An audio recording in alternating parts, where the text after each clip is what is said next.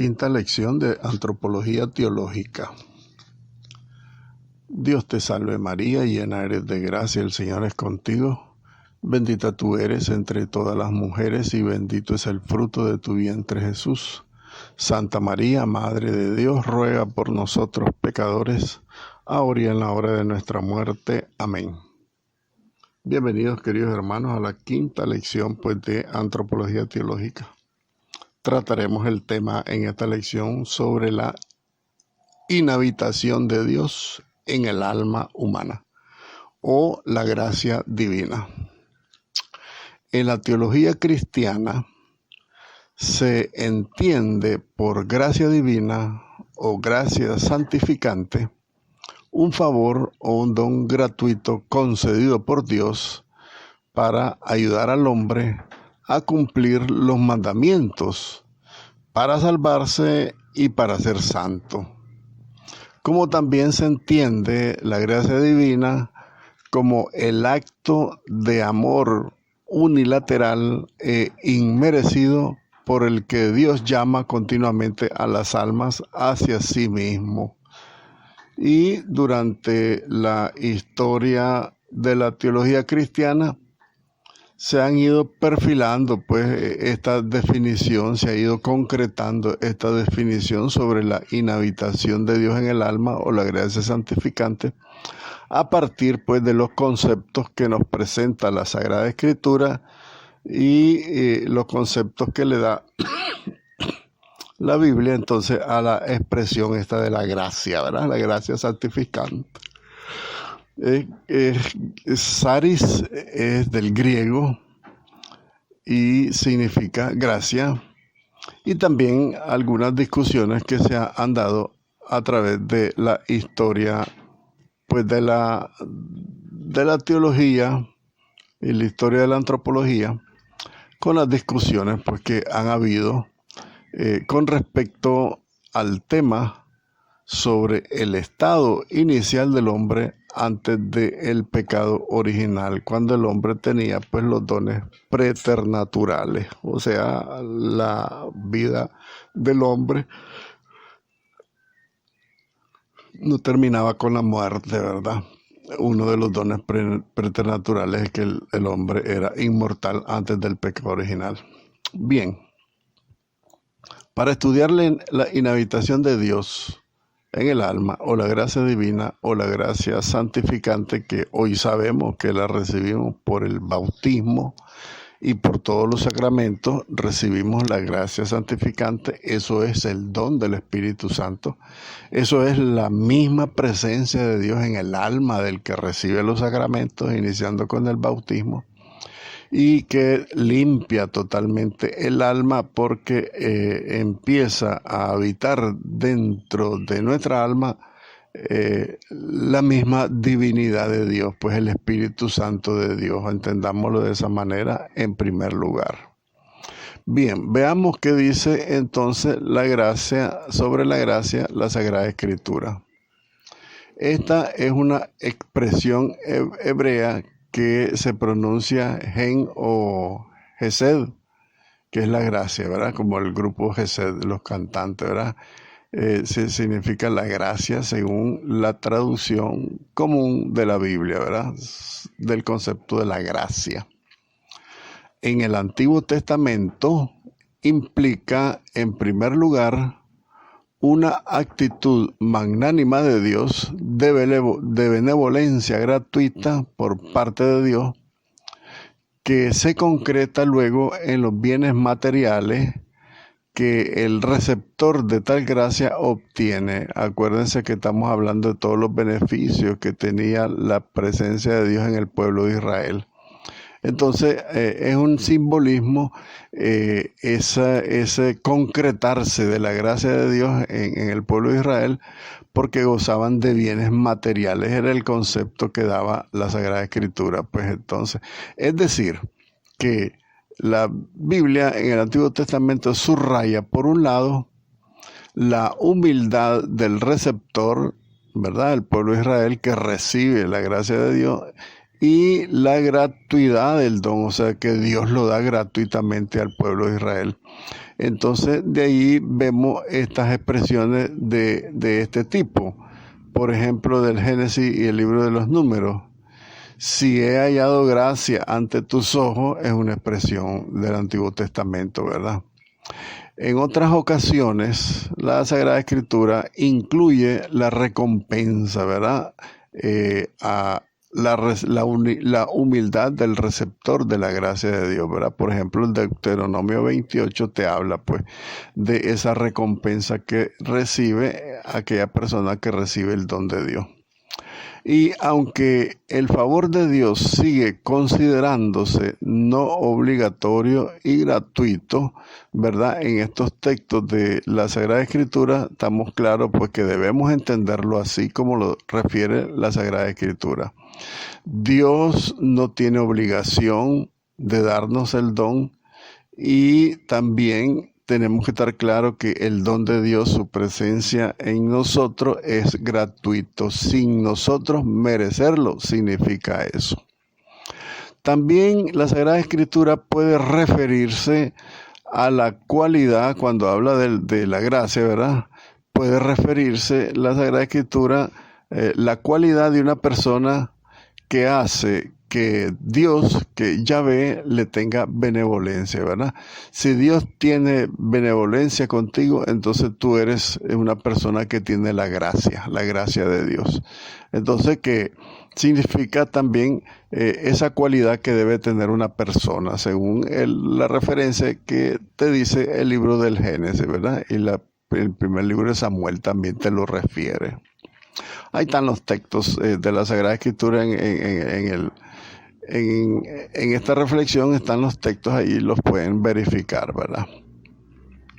Además, se tiene que decir que en todo el Antiguo Testamento, la palabra la gracia no adquiere el sentido de un don sobrenatural o una virtud propia, que ya está referida en el Nuevo Testamento y también en la misma reflexión cristiana sobre la antropología. Esto significa entonces que el Antiguo Testamento no habla de un don sobrenatural. En la comprensión que tenemos nosotros en el lenguaje teológico, ¿verdad? Que un don sobrenatural es un don de Dios que no viene del hombre, sino que viene de fuera, viene de Dios. Eso significa pues un don sobrenatural, y esto no lo refiere, dice el texto, el Antiguo Testamento. Propiamente sí lo refiere el Nuevo Testamento, ¿verdad? Como una virtud, esa cualidad humana que ha sido objeto de la benevolencia divina, y también la reflexión teológica lo ha analizado de esa manera. Por su parte, en el Nuevo Testamento se encuentra la expresión, la gracia, en el episodio conocido como de la Anunciación, ¿verdad? Según el Evangelio de San Lucas, cuando el arcángel San Gabriel saluda a la Santísima Virgen María y usa esa expresión quejaritomene, ¿verdad? Que significa la llena de gracia. Hablando de la palabra gracia, ¿verdad? Que, o sea, María, según la concepción, la percepción del Nuevo Testamento, entonces María está llena de Dios, significa eso, pues la gracia santificante, la gracia de Dios o la inhabitación de Dios en el alma, ¿verdad? Y esto implicaría, pues, en ese sentido, lo que refiere el Antiguo Testamento en cuanto que ha sido la persona agraciada porque ha sido objeto de la benevolencia de Dios. Y en el resto del Evangelio de San Lucas también se usa para referirse a la cualidad de la persona, sea también para la manifestación de benevolencia activa por parte de Dios. Por ejemplo, en las epístolas de San Pablo también lo refiere, por ejemplo, también en los Hechos de los Apóstoles.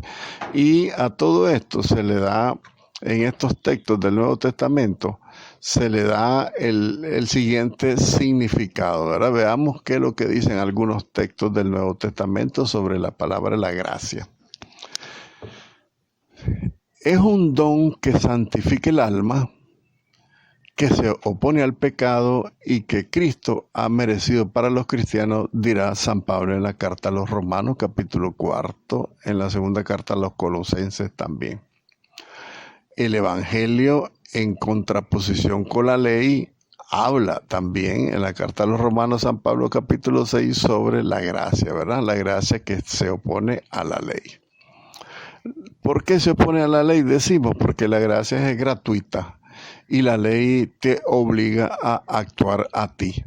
Mientras que la gracia más bien la recibís por lo que sos, porque sos ser humano, criatura creada por Dios y que Él por amor quiere derramarse en nosotros. Por eso dice San Pablo entonces en Romanos 6 que la gracia se opone, ¿verdad? O está en contraposición de la ley.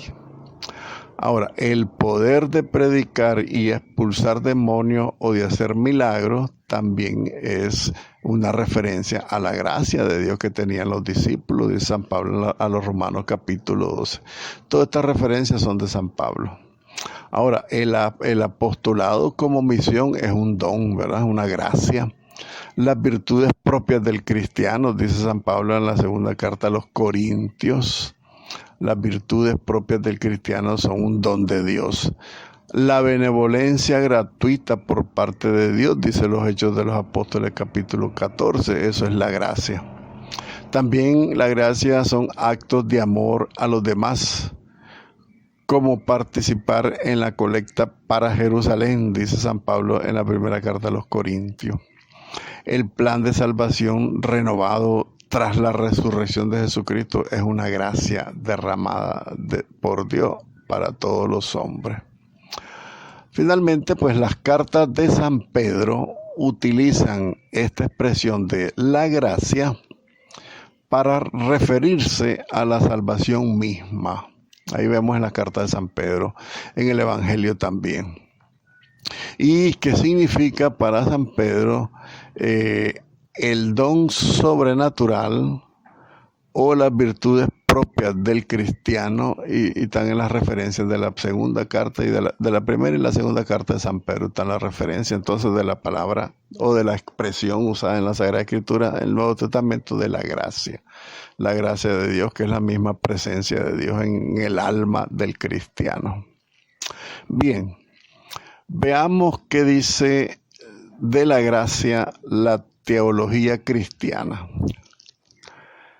En primer lugar, hablemos de Pelagio y San Agustín. El pelagianismo es uno de los factores que más propició la reflexión teológica sobre el tema de la gracia divina. Fue pues propiamente Pelagio, este pelagianismo que sostenía que todo mal solo podía imputarse a la libertad humana. Y decía también que la gracia es la acción externa en la historia que lleva al hombre a responder a Dios teniendo por modelo a Jesucristo. Pelagio está queriendo decir entonces que la gracia es externa del hombre, que no había ninguna injerencia interna de la divinidad. Por eso decía que el mal solo se le imputa a la libertad humana, porque la libertad humana no tenía en la libertad humana ninguna injerencia, pues, la gracia divina, ¿verdad? Por eso decía Pelagio, pues, que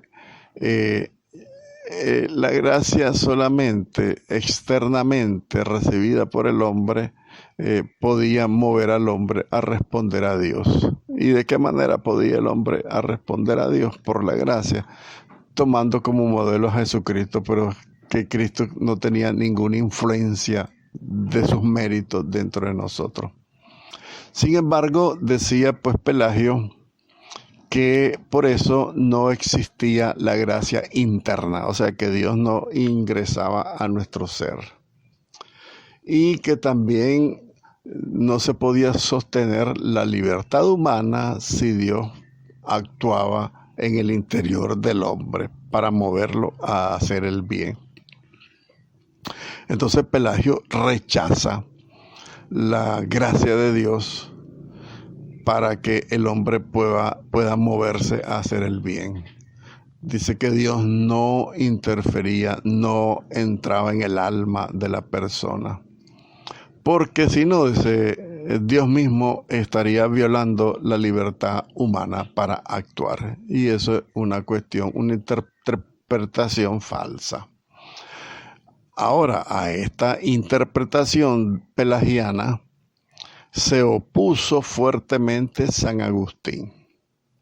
San Agustín sostenía que el daño del pecado original y la absoluta necesidad de la gracia divina para poder hacer el bien y vivir de acuerdo con los mandamientos era necesaria, totalmente necesaria para rescatar al hombre de la esclavitud del pecado original. Esta gracia divina, dice San Agustín, es concedida al hombre sin ningún mérito de su parte y gratuitamente. De ahí es que se dice pues que la gracia es eso, es un don regalado, es una gracia, ¿verdad? Ese es el nombre, gracia. Entonces, la gracia, además, dice San Agustín, es consecuencia de la presencia del Espíritu Santo en el alma del que lo recibe, ese don. Sin embargo, la acción de la gracia, dice San Agustín, no suprime la libertad del hombre, porque la gracia de Dios actúa dentro del hombre por atracción, por amor. Entonces, no te quita la libertad. Yo quiero entrar dentro de ti, dice Dios. Estoy dentro de ti porque te he limpiado y por amor yo quiero atraerte. Yo quiero amarte y que tú me ames. Eso significa entonces la inhabitación de Dios en el alma del cristiano. A través del Espíritu Santo, Dios, el Espíritu Santo es Dios, Él vive dentro de nosotros, no nos quita la libertad, dice San Agustín, porque Él actúa por atracción, por amor. O sea, tú tienes la decisión, teniendo el amor dentro de tu corazón, tú tienes la decisión de acogerlo o rechazarlo. El Concilio de Cartago del año 418 hizo eco de estas afirmaciones de San Agustín. Y decía el Concilio de Cartago en el Canon 3, cualquiera que dijera que la gracia de Dios por la que el hombre es justificado por medio de Jesucristo nuestro Señor, vale solo para la remisión de los pecados que ya han sido cometidos, pero que esta gracia no es como auxilio para que no se cometan, sea anatema. ¿Qué quiere decir esto el Concilio de Cartago? Quiere decir que la persona que rechaza esta doctrina de que Dios sí vive a través del Espíritu Santo dentro del alma del cristiano, el que rechace esta doctrina sea anatema, sea maldito, significa la palabra anatema, ¿verdad? ¿Por qué? Porque la gracia santificante ha sido una conquista de Cristo para nosotros. Él quiere entrar dentro de nosotros por atracción, enamorarnos, que nosotros nos enamoramos de Él, y que no solamente te borra el pecado, sino, dice aquí, no solamente el pecado ya cometido, sino que el pecado original, que es un pecado que nosotros no hemos cometido, pero que por consecuencia de la solidaridad humana nosotros arrastramos de Adán y Eva el pecado original, dice el Concilio de Cartago que queda borrado ese pecado, no solamente los personales, sino los pecados originales que arrastremos todos. Quiere decir que Él entra de nosotros, limpia el alma y viene a vivir con nosotros. El Canon 5 también del Concilio de Cartago dirá que acerca de los frutos de los mandamientos, hablaba el Señor, pues Dios no dijo, sin mí obraréis con dificultad, sino que dijo, sin mí no pueden hacer nada, dice el mismo Jesucristo en el Evangelio de San Juan, capítulo 15. Significa pues que el Concilio de Cartago está confirmando que Jesús dijo, sin mí no pueden hacer nada. Esa es la frase que dijo Jesús, porque la otra frase interpretando el pelagianismo es que sin mí obraréis con dificultad. El hombre actúa con toda libertad y con toda facilidad porque el Espíritu de Dios vive en él y es atraído por amor. Así no hay donde equivocarse. Bien, más adelante sigue reflexionando sobre la gracia en la antropología teológica, el catecismo de la Iglesia Católica, y dice, veamos qué dice primero, antes del catecismo de la Iglesia Católica, en la teología escolástica, o sea, la referencia de la época escolástica de la Edad Media es Santo Tomás de Aquino, y él afirmaba que ni siquiera el primer movimiento de cualquier persona hacia la conversión es obra de ella misma, porque el hombre en la vía de la justificación, o sea, el hombre en la vía del perdón de los pecados no puede hacer nada por sí mismo, confirmando todo lo que decía Jesucristo en el Evangelio de San Juan capítulo 15, sin mí no pueden hacer nada. Lo ratifica Santo Tomás de Aquino. ¿Por qué? Porque esta justificación, o sea, el perdón de los pecados, es obra del amor de Dios, que no espera a que el hombre sea inocente para amarlo, sino que lo limpia y porque lo ama, ¿verdad? Y le ofrece de nuevo una vida de hijo, ¿verdad? Una vida de hijo, dice la Suma Teológica en el primer libro. Y que esto implica una transformación del alma de la persona del cristiano y que comienza con la gracia del bautismo. O sea que en el bautismo inicia la nueva vida, ¿verdad? La limpieza total del alma, la nueva vida de hijo, y eso transforma. Definitivamente, que es lo que niegan los pelagianos, que el alma no se transforma porque sigue sucia, como lo sostienen los protestantes. Dicen los protestantes que el pecado no queda borrado, sino que Dios pone un paño blanco encima de vos para no ver tu pecado, y eso es falso, porque lo que quiere Dios es venir a vivir dentro de nosotros, y si nuestro cuerpo, nuestra alma está con pecado, Él no puede vivir. Y como Él quiere vivir, entonces primero la limpia, y después viene a vivir en nosotros, y inicia a vivir en nosotros su inhabitación, la gracia santificante, por el bautismo y por las virtudes infusas. Acuérdense de las virtudes teologales, ¿verdad? Que son las que te impulsan a actuar, pero por atracción. Y que no solo te elevan toda esta gracia santificante, y las virtudes no solamente te elevan, sino que también te mueve por atracción a buscar a Dios y a amarlo. Esa es la expresión preciosa que da Santo Tomás de Aquino, ¿verdad?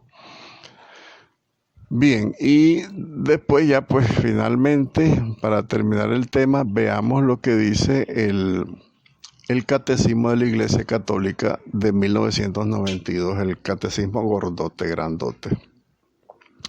Este catecismo dedica un apartado en la tercera parte, que es la parte donde estudiamos nosotros la moral cristiana, recuerdan, y él trata, el catecismo, pues, el tema de la gracia en los numerales de 1996 al 2005, o sea que son 5 y 4, 9 numerales, hace referencia a la gracia santificante. Dice el catecismo que la gracia es el favor, es el auxilio gratuito que Dios da para responder a su llamada. ¿Y cuál es la llamada de Dios? Llegar a ser hijos de Dios, hijos adoptivos, partícipe de la naturaleza divina y de la vida eterna. Estas son dos palabras importantes del catecismo para que podamos entender que Dios vive en nosotros. porque por el bautismo nosotros recibimos parte de la naturaleza divina dentro de nosotros, que viene a vivir en nosotros porque hemos sido limpiados del pecado, ha sido purificada nuestra alma y Él viene a vivir en nosotros. Y entonces eso significa lo que dice el Catecismo en el 1996, que somos partícipes de la naturaleza divina y que somos partícipes también de la vida eterna, porque si nosotros morimos en pecado, recibiremos la segunda muerte, la muerte del alma o la condenación eterna, pero la vida eterna es la felicidad junto a Dios, pues. También el Catecismo subraya además que esta participación en la naturaleza divina es sobrenatural, en el sentido de que sobrepasa las posibilidades de la naturaleza humana. La naturaleza humana por sí misma no puede poseer la naturaleza divina, sino que se nos da a nosotros, por puro amor de Dios lo da. Y a la expresión ya conocida en ámbito teológico de gracia santificante, dice el Catecismo, se añade la de la gracia divinizadora, que se trata del don de la vida divina al alma del cristiano. Fíjense que entonces nosotros, a partir del bautismo, tenemos que vivir ya vida divina, pero que desdichadamente es la gran contradicción del cristiano, que siendo ya divinizado con la misma naturaleza de Dios que habita en nosotros, sin embargo somos capaces de pecar. Esa es la gran contradicción de la naturaleza humana, ¿verdad? Que por la libertad nosotros somos capaces de desobedecer a ese amor tan grande que nos ha divinizado, dice el Catecismo con una palabra preciosa. Ahora, se habla también en el numeral 2000 del Catecismo de la distinción entre gracia habitual, que la gracia habitual significa es el don permanente de esa gracia divina que permite la relación con Dios, la gracia habitual, y la gracia actual.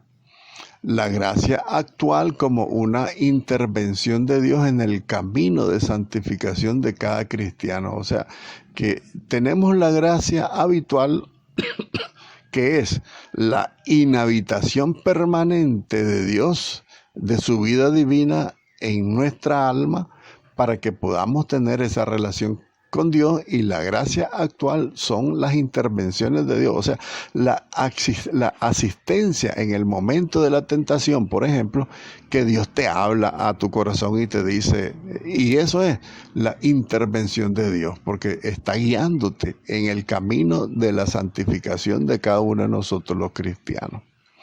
Incluso la preparación a recibir este don es también gracia. O sea, cuando nosotros nos preparamos a recibir la inhabitación de Dios en nuestra alma, es un don también de la gracia.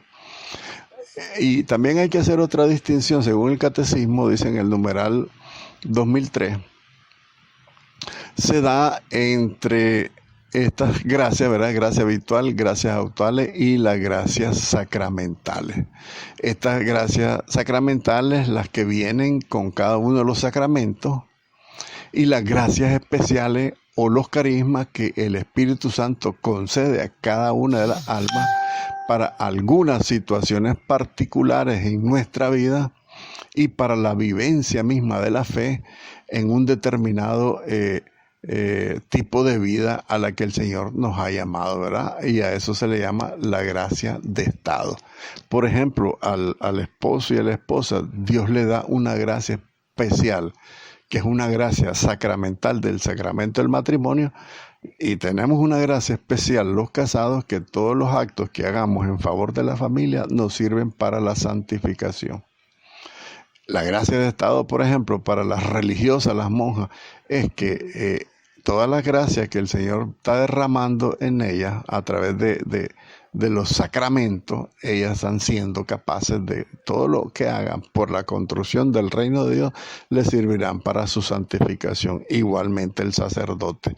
El sacerdote tiene una gracia especial que le da el sacramento del orden sacerdotal, que se llama una gracia sacramental, que lo sostiene para mantenerse como sacerdote impecable, ¿verdad? Guardando su fidelidad a la iglesia, perseverando y trabajando por la construcción del reino de Dios. Todo eso les servirá para su santificación. Esas son las gracias sacramentales.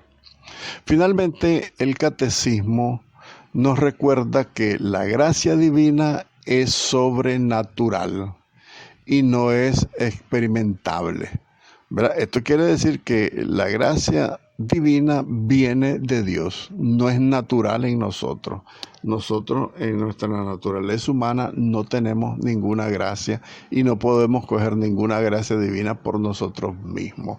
Se nos viene directamente de Dios. Por eso dice el catecismo que es una gracia sobrenatural, la gracia divina. Y no es experimentable. Yo no la puedo pasar a otro. Mira, experimentar la voz ahora. No, porque Dios lo da. Por lo tanto, como afirmó, dice el catecismo, como afirmó el Concilio de Trento, solo se conoce por la fe esta gracia. No se puede deducir a una justificación o una salvación como si fuera un dato empírico, o sea, como si fuera una teoría, sino que es una realidad. La inhabitación de Dios en nosotros es una realidad. A través de los sacramentos recibimos la presencia del mismo Dios, de la Santísima Trinidad. Por eso también podemos decir que nuestro cuerpo, como dice San Pablo, es templo del Espíritu Santo. Pero no solamente templo del Espíritu Santo, sino templo de la Santísima Trinidad, porque es Dios mismo el que quiere venir a vivir con nosotros. Gloria al Padre, y al Hijo, y al Espíritu Santo, como era en el principio, ahora y siempre, por los siglos de los siglos. Amén.